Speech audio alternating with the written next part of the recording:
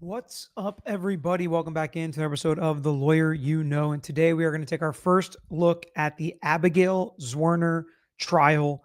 There was the use of a firearm at a school by a 6-year-old. A teacher was shot. That was Abigail Zwerner.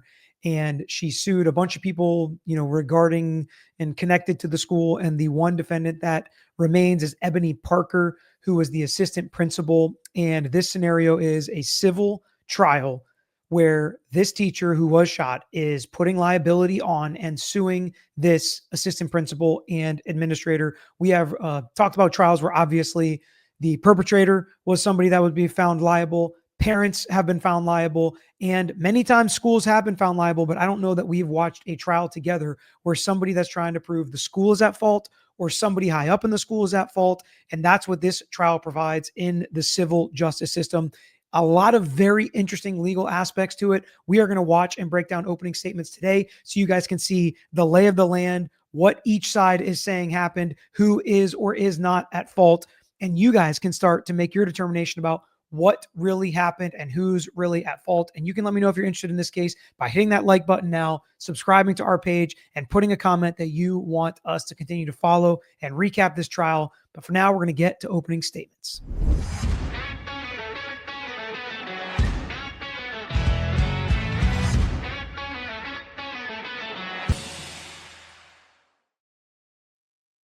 So there are a lot of interesting legal aspects of this case, like I already mentioned, and I mentioned some of them in the opening, which of course there's going to be some form of liability put on the student who fired the firearm. There's going to be some liability maybe on the parents, maybe on the teacher herself, who is the victim in the case. But what type of liability, how much money are they going to ask for? What percentage are they going to put on the assistant principal? Will there be vicarious liability with the school? We'll see what happens kind of in the background of that. There's some procedural history that I've read a little bit about. I have not done a deep dive on this case, but that she sued multiple parties with the school and a lot of them have been dismissed, and that the school also argued this was a work comp issue, which is something where you get hurt at work and they pay for all your medical bills, lost wages, things like that, but they don't pay for pain and suffering. And sometimes you can have a third party claim where you sue somebody else and a work comp claim. An example of that is a delivery driver is delivering boxes of Coke to a restaurant, and they show up, they're doing their job, they're bringing the Coke in, and the restaurant is in disrepair and the ceiling falls on top of the person, the delivery driver, and they get injured. They have a work comp claim because they are working, but they also have a claim against the restaurant because the restaurant is a third party with negligence themselves.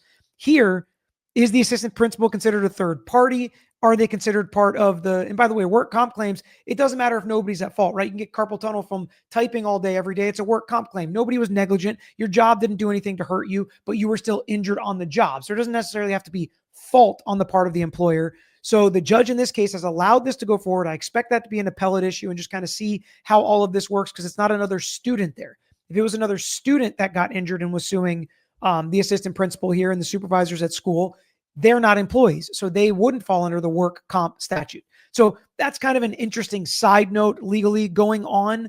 But I do think that it's an interesting discussion because this is a teacher who is a student in her class who they're going to argue was known to be dangerous, and there were some accusations made that day to where the supervisors should have done more and they didn't. There are going to be multiple teachers and guidance counselors coming and testifying that they knew there was some kind of threat, but to what level? And it really asks a good legal question for us to discuss. Where is the line when we're looking at totality of the circumstances and individual case-by-case basis? What is a school supposed to know? What is actually foreseeable for a school? What can they do to try to prevent a tragedy like this? Well, let's take a look at what the plaintiffs allege in this case. Please support, Your Honor. Good morning, members of the jury. In every school, there are spoken and unspoken promises that teachers trust administrators to keep.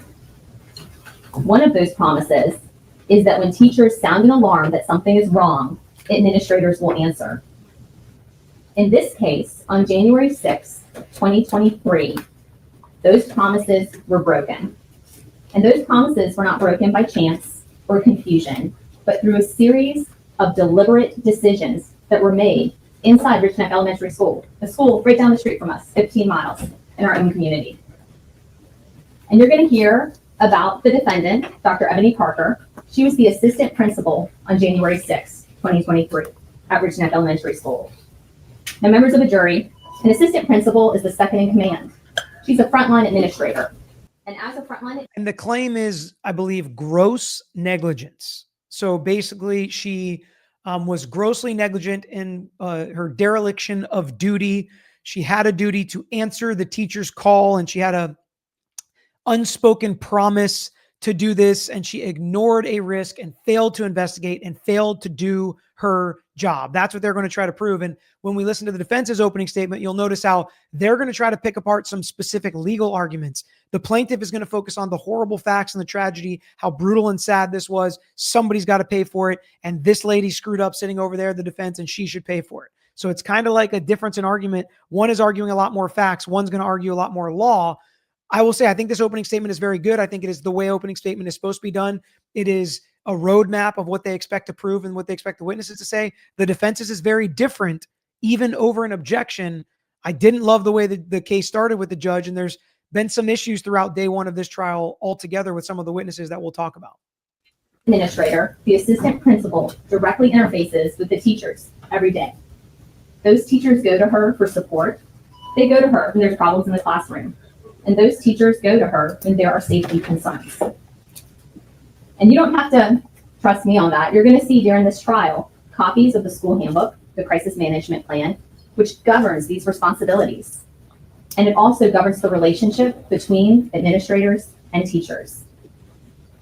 As an assistant principal, you have the authority to search a student, to remove a student from the classroom, to notify the principal, to contact law enforcement.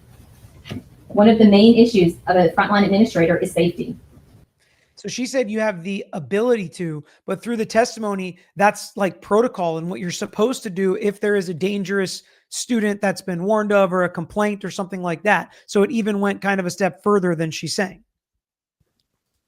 We've all heard safety first. Members of the jury, this is the job of an assistant principal.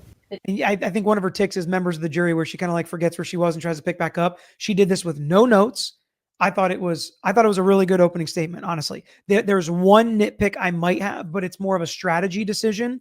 I like to talk about money in the opening statement. I like to take that shock away from the jury. I like to get them prepared about how much we're going to be asking for to take on that burden that I believe we're going to be able to prove the damage done to this plaintiff is this amount of money. And yes, I agree, it's a lot of money, but that's what this injury is worth. That's what was taken from my client. And she doesn't really talk specifically about money. So if they ask for a big number later, I've heard like $40 million reported. I don't know. That's a lot of money. I wouldn't want to get shot, obviously, and a victim of a shooting is a very serious injury. And we're going to hear about those injuries. I'm sure she talks about the injuries and the damages. And I actually think she does a good job of explaining how this has negatively affected her client's life, but she doesn't necessarily say a dollar amount. It's also something sometimes I deal with in jury selection, not the specific dollar amount I'm going to ask for, but how we deal with dollar amounts in this. And that this is the civil justice system where dollars are what we ask for, not prison time, even for wrongdoing or negligence or gross negligence on the part of the defendant. So I would have liked to hear her talk about the money and explain it from the jump. Don't hide from it. Don't be afraid of it. Be confident and only ask for a number you truly believe is legitimate and provable based on the damage done to your client. The job that Dr. Parker accepted with those spoken and unspoken promises, with that authority that she undertook as the assistant principal. Now let's talk about January 6th, 2023. The first week back to school after the holiday. Kids are excited. There's excitement in the air. It's a Friday. There's about 100 kids that are filing in to Ridge Neck Elementary School at about 9 o'clock that morning. 20 of whom are headed down to room 11. Room 11 is the classroom that Ms. Zwerner was the first grade teacher of. Now it's January. It's cold out. These kids have on hoodies, jackets, and backpacks. And in those backpacks are things that you would expect to find. Books, pencils, calculators. About an hour and a half later, at 10:30 a.m., another student, a 6-year-old, who we're going to refer to as JT, comes to school. His mom drops him. JT is, for lack of a better term, the perpetrator who does end up bringing the firearm to school. So when you hear that name JT, it's his initials, but that's the character he's playing. R is another character they discuss, who is a complaining student that said JT had bullets or something to that effect. So there will be some initials used, obviously, because we're dealing with literally first graders. It's brutal to think about this. It's so sad to think that this is happening in schools. By the way, I should have mentioned this off the top.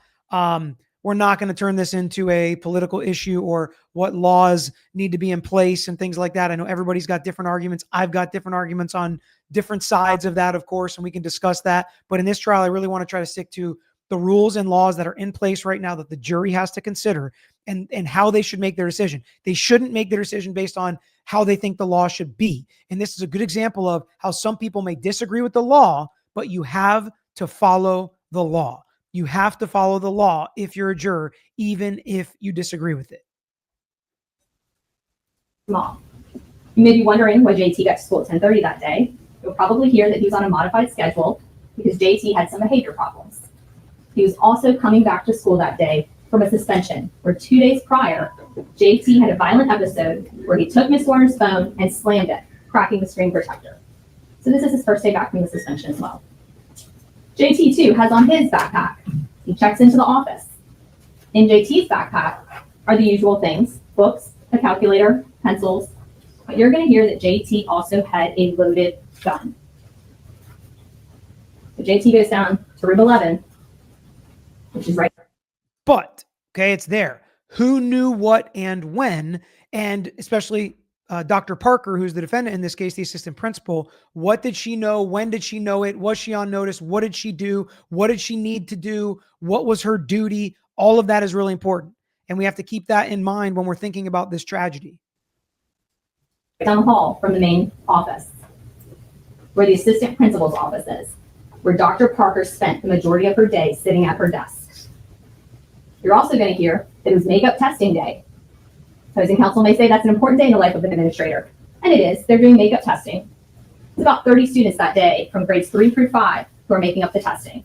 It's very small. And so that right there, what she's doing in her opening statement is dealing with a negative fact, at least something that she seems to be deems to be a negative fact. And it is something that through cross-examination, because I've already seen a couple of the first witnesses, that through cross-examination, the defense is focusing on that Dr. Parker had other duties to do, like makeup testing. That's something that's important that she needs to do that takes time. And she did the best she could, basically. And you're going to see how he says the difference between gross negligence and just negligence in his opening. But she's dealing with that fact being like, yeah, I get it. Testing is going on. That doesn't mean you don't have to worry about a very dangerous student that's been complained about to you. Now it's about 11:30, 11:40, about an hour's gone by. Miss Warner goes into Dr. Parker's office. She's sitting at her desk. And Miss Warner says to Dr. Parker, JT seems off today and in a violent mood.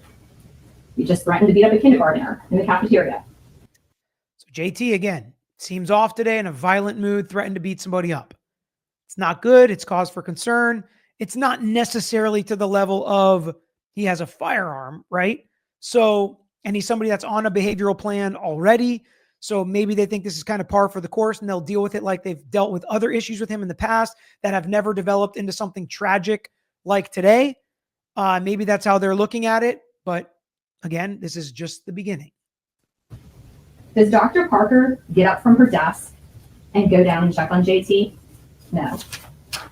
Does Dr. Parker look up and address Ms. Warner and her concerns? No. Dr. Parker does not even look up. So now some more time's gone by.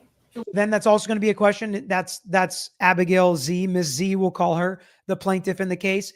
Should she have known? And what should she have done? What is her duty when she sees a student is acting violently? Well, she's going to say she went and reported it to a supervisor, Dr. Parker, who wouldn't even look up from her desk when she made this comment. And again, this is the plaintiff's version. And we'll probably hear from the plaintiff. Oh, another weird part of this case is this trial is happening before Dr. Parker, who's the defendant's criminal trial. She has 8 counts of, I believe, criminal negligence. She has 8 counts for the 8 bullets fired connected to this case, criminal charges. So we'll follow that as well if you guys want to. But how interesting is all this that, you know, again, we've seen perpetrators like Parkland, we've seen the Crumbly parents, and now we're seeing people that work for the school having criminal charges against them. And this is something that would be very damning if the jury found out about it. Of course, it's not going to be something that's mentioned, but usually in a civil trial, we see the defendant take the stand. And we're not going to see Dr. Parker take the stand because she's going to plead the fifth. And guess what? During an argument of whether or not some, booklet or protocol or something, some document was coming into evidence, I can't remember specifically which one it was, and there was an argument, and the defense asked to have it at sidebar outside the presence of the jury. The judge is like, just go ahead and argue it, which the judges let them do speaking objections, which has been too much in my opinion. But this specific one, the defense argued, or the plaintiff argued, we tried to get it from the defense. They didn't turn it over, so we had to get it from a third party. And the defense is like, that's not fair. They tried to get it from us, but we pled the fifth on multiple things, and that's why we didn't turn it over in front of the jury. Do you think anybody on the jury picked up that the defendant had to plead the fifth? And what do they think that means? They shouldn't hold it against the defendant, but will they? Could that be an appealable issue? But guess who said it? The defense attorney. So many moving parts to this, but really, really interesting. A little after 12, you're going to hear that another teacher comes into Dr. Parker's office, Amy Kovac. Ms. Kovac comes into the office. All these teachers you're hearing from, you're going to hear about West, you're going to hear about Rawls, you're going to hear about Kovac. All of these teachers are testifying. And so far, they are pretty much confirming the plaintiff's timeline. If you guys are interested in a more in-depth reaction and recap of each of these witnesses, then I can do another video on that. I may sprinkle in during the opening what some of these witnesses actually testified to, because like I said, I've listened to a lot of them already on the first day of trial. Office with an alarming report, and says after she's been in JT's class, spoken to some of the students in JT's class, Miss Kovac thinks that JT may have a gun in his backpack. So does Dr. So you have the complaint from Ms. Z, and now Kovacs, another teacher, says that JT may have a firearm in his backpack, telling Dr. Parker. So now what does she know? What is she on notice of? And what does that trigger as far as what she needs to do? And did she do it? So this is more than just a violent student, a troubled student, or he maybe threatened to beat somebody up. This is a lot more. And how does it correlate to what actually happened? Totality of the circumstances. What is this case starting to look like to you? Parker remove the child from the class? No. So does Dr. Parker remove the child from the class? No. Does she notify the next in the chain of command, the principal? No. Does she contact law enforcement? No. Does she search the backpack herself? No. Ms. Kovac says she's going to go search the backpack when they go to recess. Now about maybe 20 more minutes or so go by. Ms. Kovac comes back to Dr. Parker's office, where Dr. Parker is still sitting at her desk. And now Ms. Kovac says to Dr. Parker, I checked the backpack. There was no gun.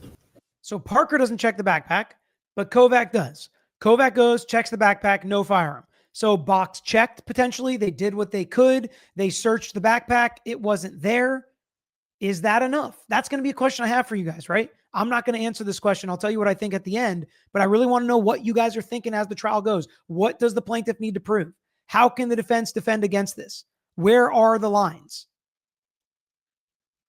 Because when we are looking at cases like this, it can't be like you can't, the crossing guard that let JT walk into the school and made sure no cars were crossing the road at the time, he's not on notice.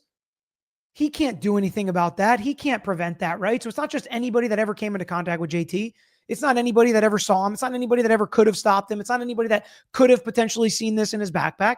It's got to be people on notice with the authority and the ability to step in and do something, right? With those duties. Right? However, in her next breath, and now Ms. Kovac says to Dr. Parker, I checked the backpack. There was no gun. Right? However, in her next breath, Ms. Kovac says, Ms. Zwerner thinks that the child, JT, took something out of his backpack, the gun, and put it in his pocket. Does Dr. Parker then decide to remove the child from recess while he's out there with all the other students? No. Does Dr. Parker search the child? No. She doesn't notify the principal. Instead, Dr. Parker downplays the report. And she says to Ms. Kovac, He has little pockets. So Ms. Kovac leaves. Well, Ms. Kovac's one of the proctors that day for the makeup testing. Okay, so that's important as well. He has little pockets. So if there was already a claim that he has a firearm, they check the backpack's not in there. What's the logical next step? They're all wearing jackets and things like that because it's cold. I think this is Virginia. So what's the logical next step? What should somebody do? What is their duty? It's not simple, right? It's not cut and dry necessarily. So she goes out to recess and comes back to see Dr. Parker one more time. This is Ms. Kovac's third time in the office. It says, I wanted to let you know he has on a jacket and I'm going for the testing because it starts at 1 and she'll be back for the testing. Now some more time goes by. It's about 1:40. 2 additional staff members go to Dr. Parker. One goes into Dr. Parker's office and says, he just got off the phone with another first grade teacher. He wants to know, did you search JT? Dr. Parker says, yes, the backpack's been searched. He walks out. Shortly behind him comes in the guidance counselor. And he says to Dr. Parker, after speaking to others and being concerned that a student actually saw bullets or a gun in JT's pocket, says, can I search JT? So now you have somebody coming in, and when we hear, I think this is Mr. Rawls she's discussing here, when we hear him talk, he has worked with JT in the past. And the defense got him to say on the stand that he wasn't really concerned. He didn't think JT was really going to do this. But then the plaintiff got him to say, well, after the fact, he did feel guilty. He wishes he could have done more. And it was really, he was crying on the stand. It was really gripping testimony, a lot of gripping testimony in this case already. But he comes into Dr. Parker's office and is like, can I search his person? So now 4 or 5, I can't remember, adults that work at the school have had a concern with this one kid who was already on a plan because of issues in the past. Violent, bullets, firearm, searched his bag.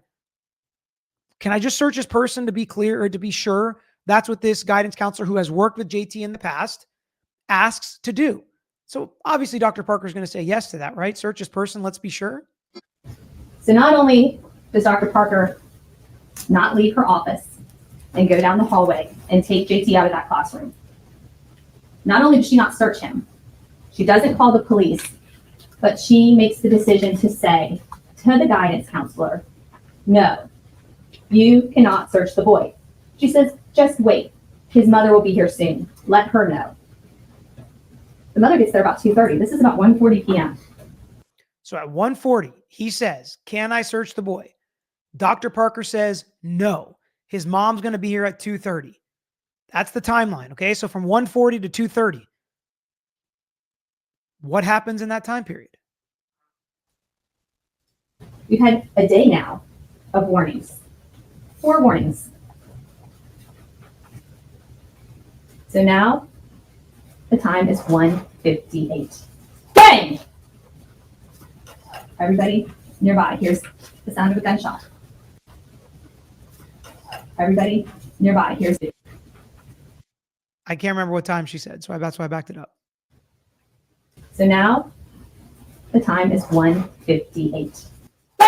1:58. So from 1:40 to 1:58, 18 minutes. If you would have gone and searched JT, what would he have found? That timeline, I think, is going to be tough for the defense. Because everything else, I think they're making some good arguments. I think the plaintiffs are doing a really good job as well. The lawyering on the plaintiff side, I think at this point, from what I've seen, I would say the lawyering on the plaintiff side is better than the lawyering on the defense side. And some of the stuff the defense did during some questions was frustrating to me, where they were asking questions they knew were inappropriate. The plaintiff was trying to object. They would finish saying their question, which was a statement made by somebody else, clearly hearsay, clearly not coming in. Eventually the judge sustained it, but the lawyer kept pushing it through. So that, we'll talk more about the lawyering if you guys want to, depending on what your questions are. But asking to search JT at 1:40 and the shots fired at 1:58. Bang! Everybody nearby hears the sound of a gunshot. JT has now taken that firearm, pointed it at Abby, and pulled the trigger. You're going to hear that bullet went into her hand, her left hand, through her hand, into the side of her left chest, where it still lies today, because it's too dangerous to remove. Pretty serious injury, right? Pretty serious damage, obviously. Nobody wants that to happen to them. Physical injuries, emotional injuries, mental injuries, clearly what she's going to be dealing with serious damages, but you still have to explain that to a jury. What is a money value of that? Because that's what we're doing here, right? If somebody thinks Dr. Parker should go to jail, that's going to be a different trial. That's not what we're here for today, and that's what you have to deal with in jury selection. So how is this lawyer going to explain Miss Z's injuries? You're going to hear how January 6th, 2023 changed Abby's life forever. She has undergone 6 surgeries and still has one coming up to remove a plate out of her hand. You'll be able to see her hands, the difference. She still does not have full range of motion in her left hand. And you're going to hear from those doctors, and they're going to tell you about that impact from that gunshot that day.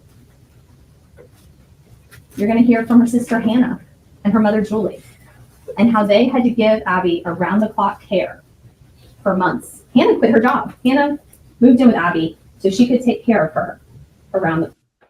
So this is the beginning of the damages, how it's affected her, how long it took, how serious it is, how these other people in her life had to quit their jobs and come take care of her. Those witnesses are going to be known as before and after witnesses. When we set them up as plaintiff's attorneys, that's what they're indicated, that they talk about the injury, what Abby was like. Her name is Abigail Zwerner. We'll call her Ms. Z or Abby or Abigail. That's what they're calling her throughout the trial. What was she like before? What is she like after? How has her life changed? That's what those witnesses need to explain to the jury. Because jurors, Abby could not open food containers to feed herself. She couldn't open bottles. She wasn't able to shower. She couldn't hold a brush for her hair or wash her hair. She wasn't able to pull her pants up. She wasn't able to button her clothes. She wasn't able to drive. Abby was 25 years old on January 6th, 2023. She had just started her career as a teacher. She was pouring into her students. She was excited about what the future held. In your 20s, usually one of the best times of your life, Abby's going to tell you how they've been the darkest times of her life, how the pain and trauma do not easily fade, and what she's been dealing with. And members of the jury, you're going to hear from an expert who's going to tell you that administrators are trained. All right, before we get back into the liability, that was a good explanation of what she's had to go through, how it's affected her, and how serious it is for this to happen in your 20s, where your whole life's ahead of you, your career's ahead of you, and now all that's smashed because of this, obviously. Just getting into being a teacher. You think she still wants to be a teacher? I actually don't know the answer to that, but I would assume not. My wife was a kindergarten and first grade teacher. I can't imagine something like this happening and what it would do to your psyche.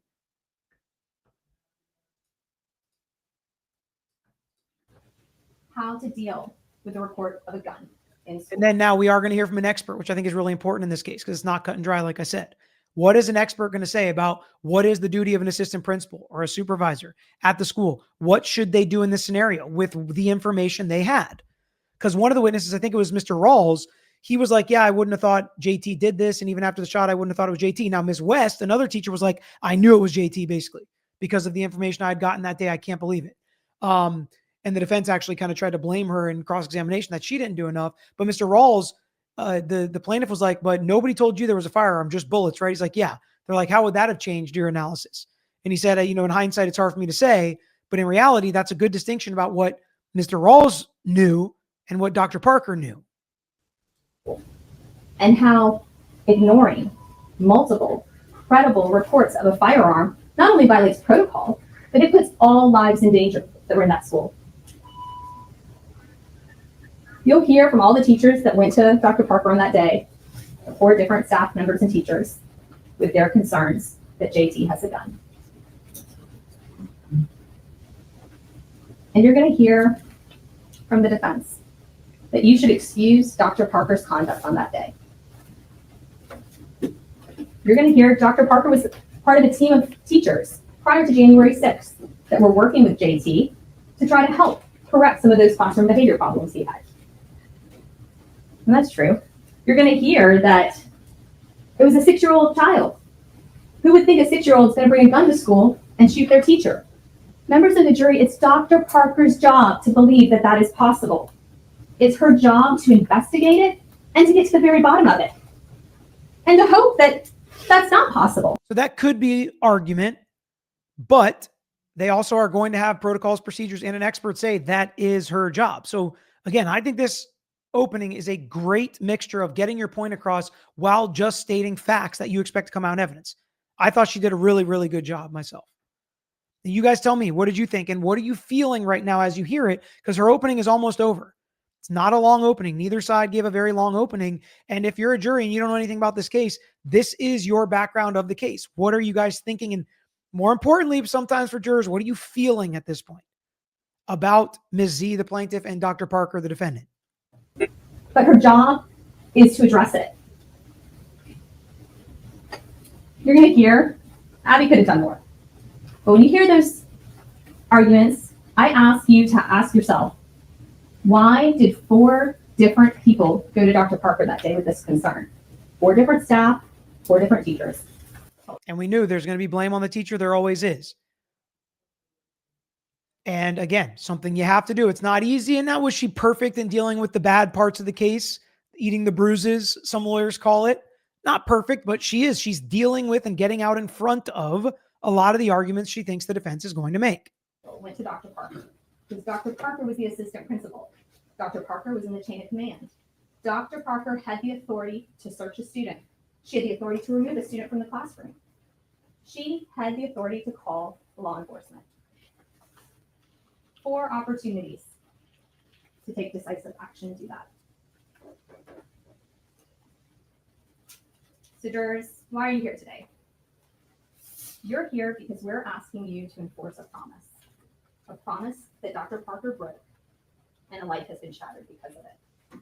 Only you have the power to decide how to make up that promise, and only you have that power to decide what are those harms and losses that Abby has suffered. Harms and losses is a really great terminology. I like that. What harm did they do to this plaintiff? What are her losses? And how do we make up for that in the civil justice system is with money. I would probably work in more, she's going to have that bullet in her forever, permanent, rest of her life, because that's what the damages are based on, the rest of her life. And then, of course, gross negligence has punitive damages. I assume there's going to be a punitive damages argument at some point. I haven't heard them say anything about it. So that might be another knock on the opening as well is, are you explaining to the jury where the punitive damages are? Is there going to be an argument for that? Is that something they do separately in Virginia? I don't know the answer to that. This is really I've heard about this case, like news articles, but this is really my first experience with this case, which I love it when it happens with opening, because I sit there and myself, when I'm doing opening, jury selection helps with this a little bit too. I want to make sure the audience knows exactly what my case is and what I'm talking about and why they're here and what decisions they need to make. So I love starting a case like this. It's probably my favorite way to start watching and breaking down a trial with me, because I've got a lot of questions. Some of you might know more context than I do, but I love starting a trial like this. And it's important, jurors, that you don't have to find that Dr. Parker is not a good person. We're not even suggesting that. We're asking you to look at the decisions and choices that Dr. Parker made that day, because she made bad decisions and choices that day. A little bit of argument there, but I think it's a good point to say she's not a bad person. And we have to say that a lot too, because they look over there and they can feel bad for the defendant, especially when you're asking for a lot of money. Sometimes they assume insurance is involved. But I think that's a good point to make. Like, she's not a bad person. We don't want to hurt her, but she made bad decisions and she needs to be held responsible for that. But you can find that Dr. Parker is a good person, but you can also find that Dr. Parker breached her duty of care to the plaintiff on January 6th, 2023. And I asked, it sounds like simple negligence.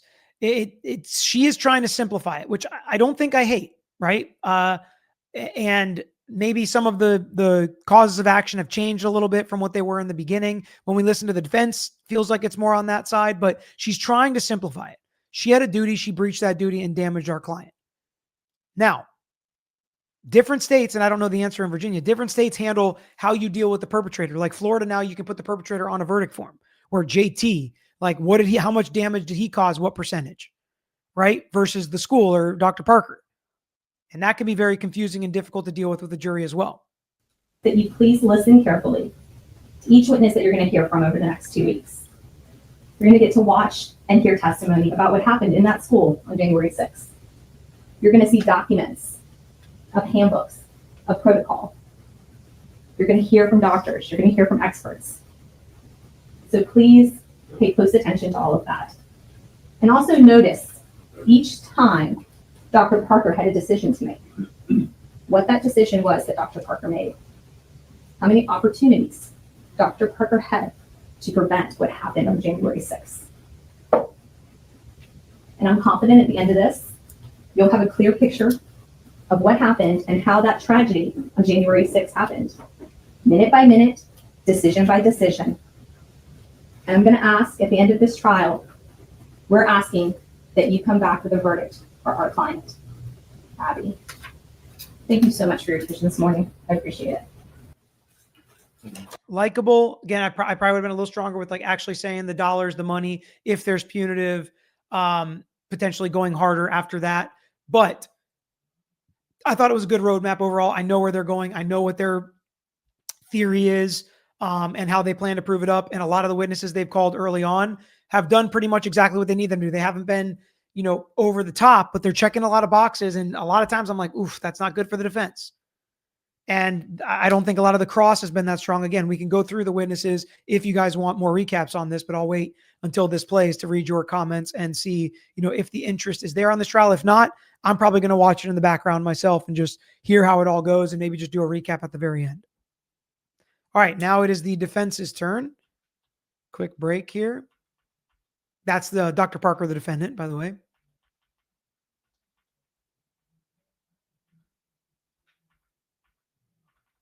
Oh, there was a witness in the courtroom that the rule of sequestration, they weren't sequestered. They had to deal with that later. Not that huge of a deal. Should we move by the roll, please? You may.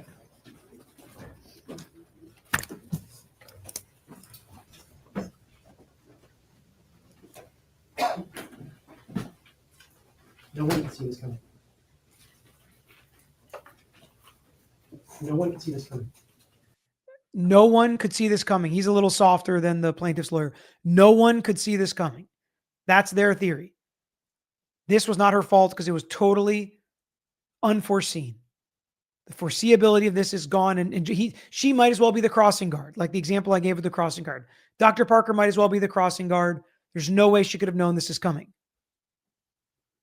That's right after we just heard the plaintiff's opening. What do you think? What do you think about that theory if you just heard the plaintiff's opening and you're sitting there as a jury? What do you think about it? Hopefully your answer is I'm open-minded. I want to hear what he has to say. No one could predict what happened. Hindsight is 20/20. These are not my words. In the course of this trial, the evidence will show that these are the words of the staff and teachers who will hear from in this case. These are the people who were present and were affected by the shooting that occurred, the tragic shooting that occurred at Bridgeneck Elementary School in January of 2023. These are the words of Dr. Ebony Parker's accusers. Their accusers. These are the people who were her coworkers. So hindsight's 20/20. Nobody could have seen this coming. These are the words of the teachers and the staff and the accuser, aka the plaintiff in this case. I liked that connection. Now, I can only remember one of the teachers so far saying that this was completely unforeseeable. And again, I think he felt pretty bad afterwards. And, he didn't hear about a firearm. And I think the plaintiff handled that well. But I also do think that Miss Z, Abby, the plaintiff, will say something like that she didn't necessarily see it coming, or she obviously would have done something more as well. So how's the jury going to deal with that? Now, the distinction the plaintiff's going to make is, the plaintiff lawyers are going to make is, it's not her job like it is an administrator, a supervisor. They're trained. They have proper protocol. Abby did her job. She told she told Dr. Parker. I'm getting all these names mixed up. It's day one of hearing a bunch of new names. Their colleagues, they were people that relied on each other to make decisions.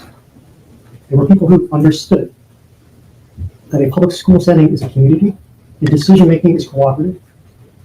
Although there is hierarchy, decision-making is collaborative.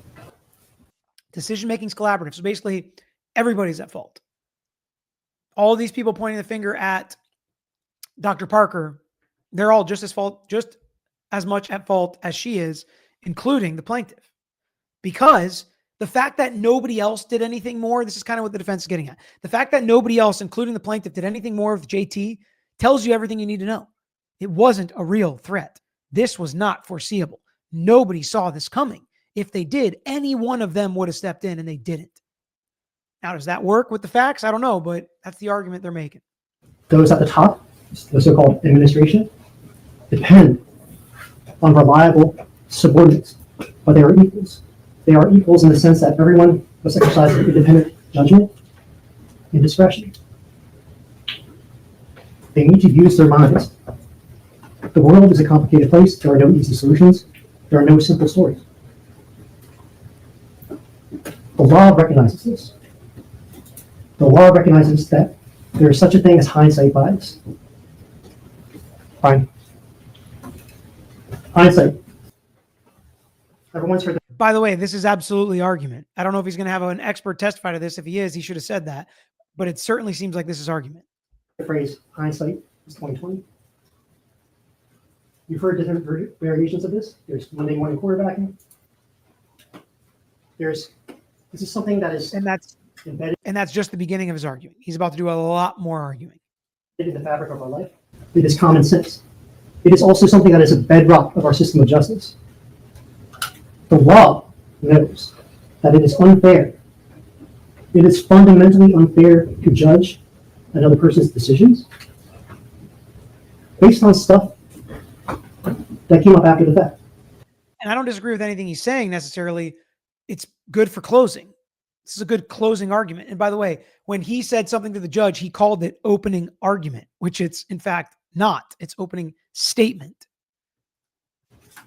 We all know this. We don't need a law textbook to tell us this. We know it in here. We know it in here. And guess what? That is Virginia law as well. The law requires you to examine people's decisions at the time that they make them in light of the information that they had. Why would the law do that?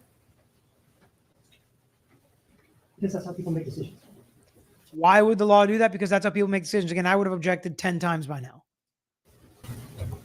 None of us, no one sitting here, not me, not anyone in this courtroom, makes a decision for the benefit of hindsight. It's just pure argument. And that's a hard thing to get past. It's a very difficult thing to get past because when you hear about the tragedy, no one's disputing this is the tragedy. When you hear about what happened to Ms. Warner, we know this is tragic. We know this should not have happened. When you hear from Dr. Parker's former coworkers, her associates, her former confidants, they will tell you this. They will tell you, or they did. They told law enforcement. They told investigators. They told numerous people after the fact. No one could predict this. No one could have seen this coming. No one could have imagined that a 6-year-old first grade student would bring a firearm into an elementary school and shoot their own teacher. And this just isn't like speculation. This isn't something that I know. Besides the this isn't speculation part, because he's getting into argument again, I think that's great. If that's what the testimony is going to be and that's your case, I think that's a really great argument. Nobody could have seen this coming. It's tragic. It's horrible. It's crazy to think that that would happen with a 6-year-old student. Now, the other side of my mind is remembering what the plaintiff said and said, except that she had multiple complaints about him being violent, him being off, him showing somebody bullets, and him telling people he had a firearm. I mean, at that point, can you really say it's completely unforeseeable? That's going to be what the jury's going to have to wrestle with. Jury's making up. You will hear it from your own witnesses. You will see it with your own eyes. You will see surveillance. You will see video testimony.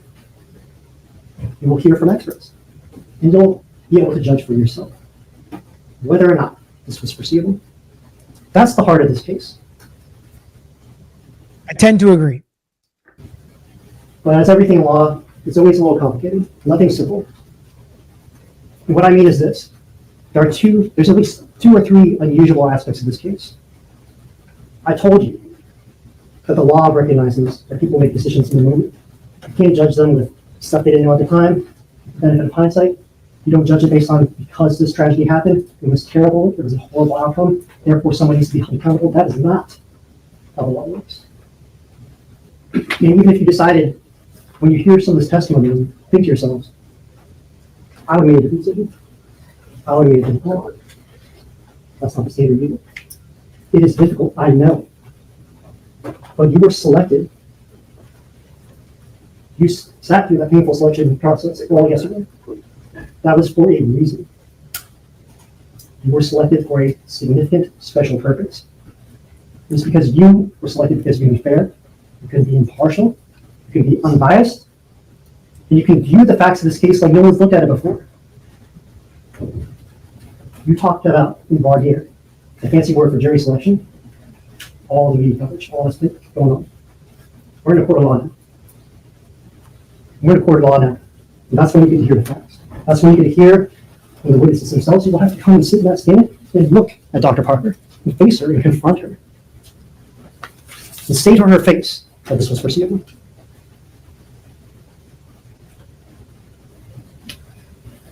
This case is unusual. Ordinarily, under the law, in any negligence case, you got to prove certain elements. That's always true. Elements are the bits and pieces that make up a claim.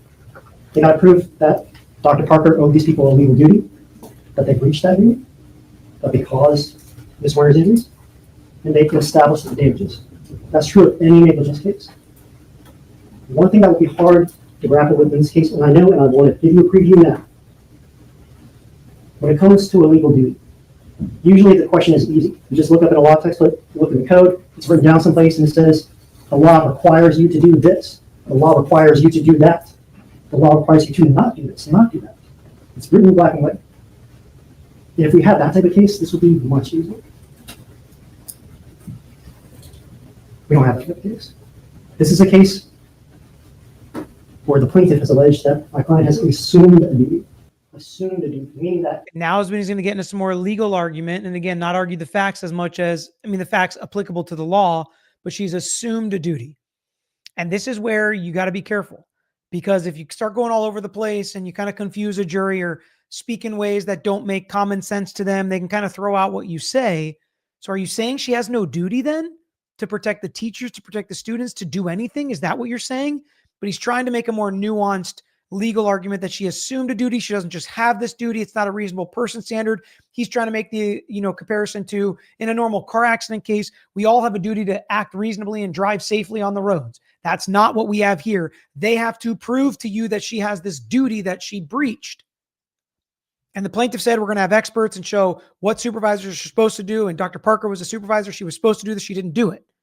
So they simplified it, in my opinion. He's complicating it. That's just the way I'm looking at it, right? You guys could see it completely differently than me. under Virginia law, even if the law does not impose an obligation on you to do something, even if it's not written down somewhere in a book that says Mr. Hogan has to do this or that, sometimes you can volunteer for it. You can raise your hand and say, I'm taking on that legal duty. I'm taking on this obligation to do something that the law doesn't require. It may seem crazy, but that's what it is. That's how it works. You're required to. That's an argument, right? He's arguing the law, explaining the law to them. The judge does that, or you can argue about it in closing. It's not appropriate, in my opinion. But because that is such a significant undertaking, to raise your hand and volunteer to do something that the law doesn't make you do, ordinarily, you got to meet some very stringent requirements. And you'll hear about that. The court will give you instructions in the law, will give you guidance. We'll come back up here and explain it the best we can. But what it comes down to is in a case like this, where there is a 6-year-old child, something so unusual, and you'll hear the testimony will establish this is not an everyday occurrence. In fact, it is virtually unprecedented. In a case like this, where it is done when someone suffers harm due to somebody else pulling the trigger of a gun, that is third-party criminal harm. That is third-party intentional harm. Your Honor, I hate to do this, but I have an objection at this point. So your objection? Your Honor, he is certainly going beyond the scope of what is allowed in an opening statement and getting into argument. I restrained from arguing the case, and I'd ask that he do the same, Judge. Yeah, respond. I think she's 100% correct. She finally objected when he started talking about third-party criminal harm and blaming the perpetrator, which is very true. The perpetrator absolutely has a lot of fault here, but it doesn't mean he's the only person at fault. Again, as we've learned throughout cases across the country recently. I do, Judge. I think that we gave counsel wide latitude in voir dire and jury selection to instruct the jury in the law. Make sure that I didn't see jury selection, but he says we gave counsel wide latitude. So maybe she did talk a lot about it at jury selection, and that's why the judge overrules this objection. But I don't really care, frankly. That's still not appropriate. So if you didn't object and you let her have wide latitude on jury selection, that doesn't mean then you get to go argue the law in opening. It's just not how the law works. That's not like a quid pro quo. Like, oh, well, you got to talk about it in jury selection, so I get to argue it in opening.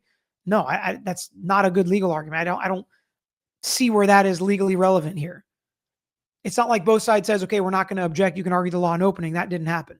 can abide by those instructions. That applies here as well during opening statements. I'm not arguing the law. I'm stating black letter law and making sure that they understand. I'm stating black letter law. You're not allowed to do that. That's basically you're stating what you believe the law to be. That's like saying beyond a reasonable doubt, the highest bird in all the land. This is higher than any civil. It's like, stop, objection. That's arguing. It's correct. It's black letter law, but you can't be arguing that in opening. Some judges will let you say it, and something like that is obviously a lot simpler beyond a reasonable doubt than what he's arguing. But the point is, if there are arguments on both sides of how something applies to a case, that is for closing, not for opening. How they should have the framework so they can make sense of this case. That's exactly what you can't do. He's like, I'm trying. And they're doing all this in front of the jury, which is crazy. And it looks like the plaintiff is saying, no, don't let the jury know this. And the defense is like, I'm just trying to give them a framework so they understand this going into the case. It's like, yeah, you can only do that by talking about the facts and the witnesses that you expect to come out of trial. You don't get to frame the case with your arguments during openings. This is not a legal argument he's making, but it wins. I'm going to overrule the objection. Thank you, Judge. I'm not going to give you a law lecture. You're going to hear plenty of that later. But what you need to know is that in a case like this, where someone pulls the trigger and it wasn't Dr. Parker, if you raise your hand and say, I'm assuming a duty to exercise care to safeguard you or protect you, when the law would make you do that normally, you have got to have a promise. You've got to have an agreement. It's got to be express, meaning you got to say it. It's got to be unambiguous. And you heard counsel mention that. This is different than how it would be in Florida. Like, I do not think that's an accurate, I don't think that's quite all of the context and the facts he put into that. I would not say is accurate. I would say it's argument. And that's the point. I think he's arguing. She had to acknowledge it and say she claims that Dr. Parker made this promise just by being an administrator, by raising her hand and saying, I want to be a public servant. I want to come here and I want to educate children in my community. By raising her hand, she signed up for this. You be the judges of that. You all be the judges of that. The other unusual thing about this case is that ordinarily the standard is a reasonable person standard. What that means is when you're figuring out when somebody makes a decision or not, you got to decide, okay, is this a violation of the law or not? Are they liable? The way you assess that is from a reasonable person standard. You just imagine what would an objectively reasonable person do given the information the defendant had. In this case, we got to go beyond that. For them to prevail, for them to recover, they need to establish. I don't usually like using words like prevail and recover. Not that they're like, you have to be smart to understand that, but sometimes jurors don't know the legal context and connection. I like to use words like for them to win, right? For them to win the verdict, not prevail and recover and talking about money and those types of things, right? I like to simplify it to a jury. Gross negligence. So this is gross negligence, right? So he's talking about gross negligence. It seemed like simple, normal, everyday negligence in the opening of the plaintiff. He is elevating it, saying, no, they got to prove it's gross negligence. There's a big difference. We know. We've read and talked through causes of action and read the definitions between regular negligence, duty breach, causation damages, reasonable person standard, and gross negligence. It's that even if it was reasonably foreseeable, even if Dr. Parker or any other defendant in this type of situation should have known or should have known.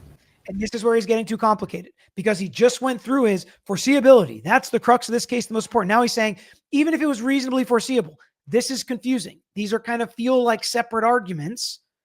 So I wouldn't have gone the whole route of, even though I do agree with him, foreseeability is the crux of this case. He simplified it to normal, reasonably foreseeable action, and now he's trying to elevate it. And I think that can be confusing. It's confusing to me, so I'm not being condescending to the jury. What's going to happen? That's not sufficient here. Should have. No, even if Dr. Parker or any other defendant in this type of situation should have known or should have known what was going to happen, that's not sufficient here. They need to show gross negligence, and what that boils down to is indifference. Indifference, not inadequacy. That is what you need to remember.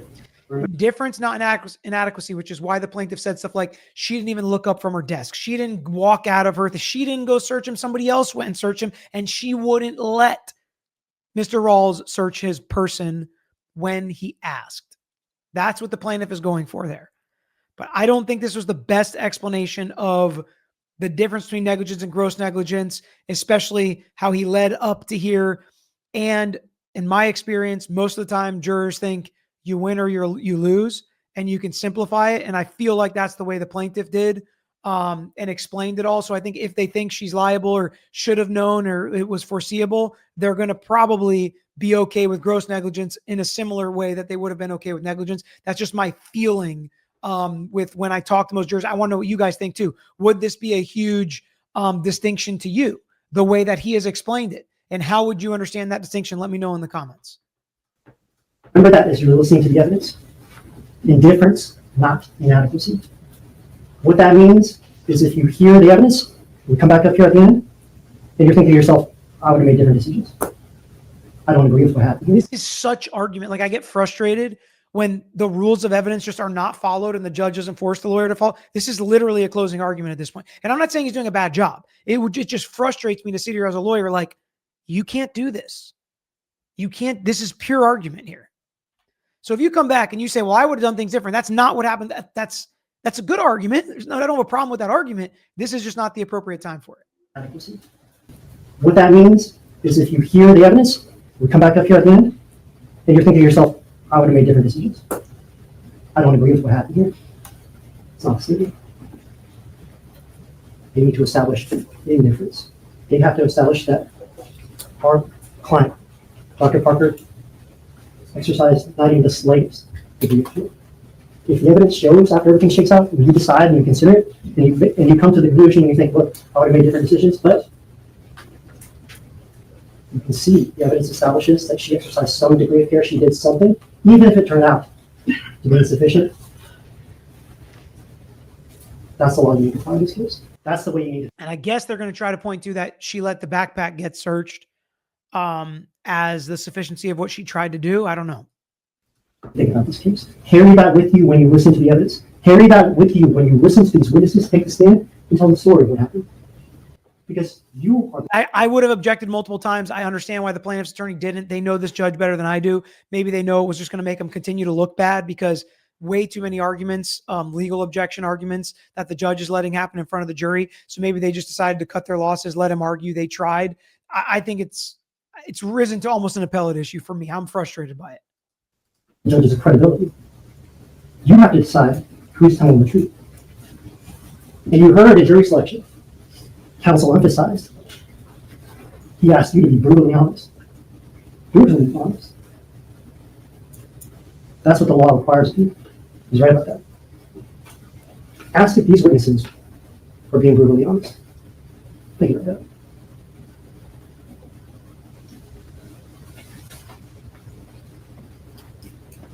The last thing that you should know about this case, that you should consider as you're listening to all these witnesses take a stand, is that there's another duty we got to talk about.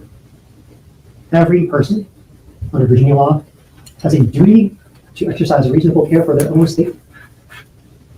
It's common sense, just like how hindsight's common sense. The law knows that. The law accounts for it and says that should be the law. You got a duty to exercise reasonable care for your own safety. And what you're going to hear in this case is evidence that will give you pause. Counsel asks you to think about every time Dr. Parker had to make a decision. I want you to think about every time Abigail Zwerner had to make a decision. Think about that. Is she being brutally honest? It's a hard thing to do. The brutally honest thing, again, argument not appropriate for opening, but he's getting to probably the best argument every civil defense attorney has in the state of Virginia. Every state does things differently. There's different kinds of comparative fault. Sometimes it's, if, whatever the percentage is the percentage people pay. So if you're 70% liable, you only pay 70% of the damages. If you're 30% liable, you only pay 30% of the damages. Some states like Florida now if you're more than 50%, you're barred. So if you're 51% liable, you can't even collect the other 49%. It used to be where you could collect the other 49%, even if you're 51, even if you're 70% liable, you could collect the 30%. But Virginia has the strictest rule where even if you're 1% at fault for your damages, you collect squadoosh, nothing. So that's why he's going to point the finger at Miss Z, Abigail, the plaintiff, because if the jury finds her to be 1% liable, it bars her recovery altogether. That's a brutal, stupid law, in my opinion. Somebody can be 99% at fault for causing your damage. And if you just did one thing wrong, like if you're not wearing your seatbelt and a drunk driver goes 100 miles an hour through a red light and you're just sitting there and you're just stopped at the red light and somebody else blows through and hits you head on, your recovery is barred because you weren't wearing your seatbelt. That just doesn't make sense to me. Theoretically, I say a jury might find you to be 0% at fault, but I don't know. That just doesn't make sense to me. But I am a plaintiff's lawyer, so I get it. Under Virginia law, if you're even slightly at fault and you fail to exercise reasonable care for your own safety, you generally cannot recover. There are exceptions. You will hear about them. I'm not here to lecture you on the law, but you need to know this. You need to know this to understand the story you're going to hear, because this story hasn't been told for real before.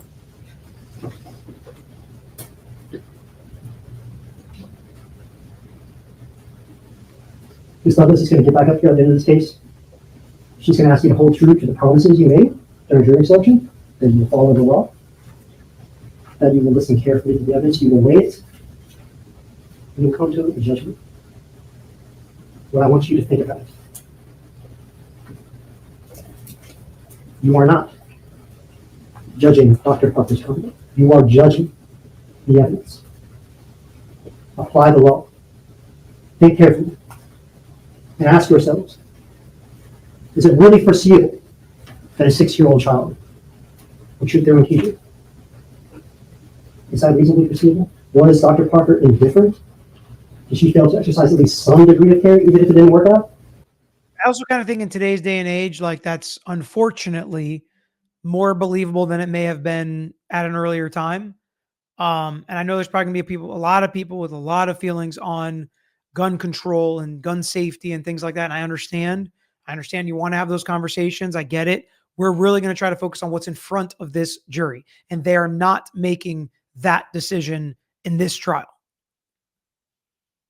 But how foreseeable was it in these circumstances? Not just in any case or any school across America, but this school and this student on this day. Did Abigail Zwerner fail to take steps for her own safety? That's what you got to think about. Those are hard questions. Think carefully. You get one shot at this case.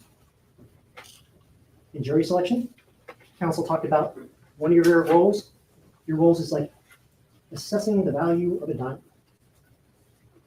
Like it's a prize. There's a cash reward at the end of this case. You got to assess it. This is not the... So I guess she did that in jury selection.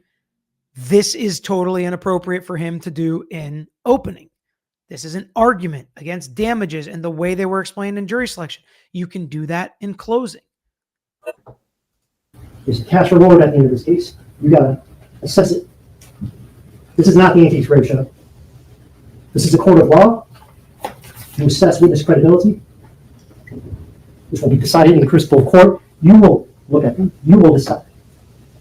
You are deciding people's lives, careers. That is what is at stake. It is not a diamond. You're deciding people's lives and careers. That's what's at stake. It's not the antique show or whatever. It's not diamonds. It's like, first off, everything's inappropriate about that. He's wrong. They are assessing damage and amounts and losses. I don't know how she explained it in jury selection, obviously, but there is a monetary value that they're going to have to decide at the end of the case. That's the civil court system. But of course, he's going to want to make it seem like all they care about is money, money hungry, turning it into a chance to get money. Apply the law. Trust your instincts. Mr. Hogan. All right. All right. And that was opening statements in this case. I'm interested. I'm intrigued from the witness testimony. I've already heard a lot of what both sides said happened that day. And again, we can dig into it more. If you guys are interested, you can let me know by hitting the like button, commenting that you want more from this case, and subscribing to our channel. But until next time, that's all we got for today. I'm out of here. Thanks for watching another episode of The Lawyer You Know. If you enjoyed the episode, please hit the thumbs up and share with your friends who may be interested here on YouTube. And don't forget to subscribe. You can also follow us on Instagram, X, Facebook, and TikTok. And don't forget to check out the Lawyer You Know podcast featuring new episodes every week. And if you have a case that you want to personally talk to us about in your life, if it's a personal injury case, wrongful death, catastrophic injury, car accident, truck accident, or slip and fall case, please email us at lawyeryouknow@gmail.com. And of course, all these links I just mentioned are included in the description below on this episode and every episode. So until next time, this is Peter Tragos, The Lawyer You Know.